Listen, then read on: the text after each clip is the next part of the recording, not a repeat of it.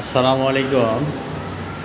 এই যে toilet fitting করছি, দেখুন এই যে উপরে প্লাস্টিক ঝর্ণা, টারবার,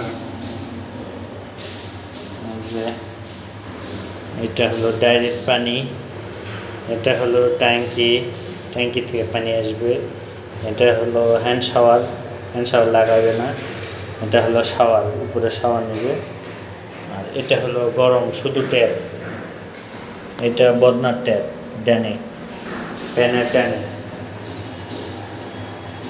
এটা প্যানের পিছে লো ডাউন, এটা লো ডাউন পানি ওয়াশ, যে পানিটা যাবে ওইটা। টিস্যু বক্স, সাবান কেস সবই লাগাইছি। এখানেও যে বেসিন সেটিং, প্লেন গ্লাস লাগাইছে,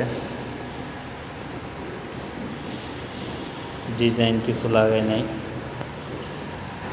এখানে লিকুইড বক্স দেয় নাই, দিবে না। যে স্টোভ কক, যে এটা বেসিন লাগানো হয়েছে, এটা ইউজ করবে না, টয়লেটটা বন্ধ থাকবে আপাতত।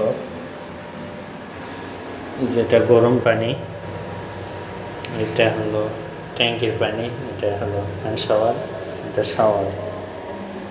এই যে কমোডের ওখানে পুশ শাওয়ার লাগবে, এখানে লো ডাউনের পানির জন্য, এটা ওয়েস্ট পানির, এটা কমোড লাগবে।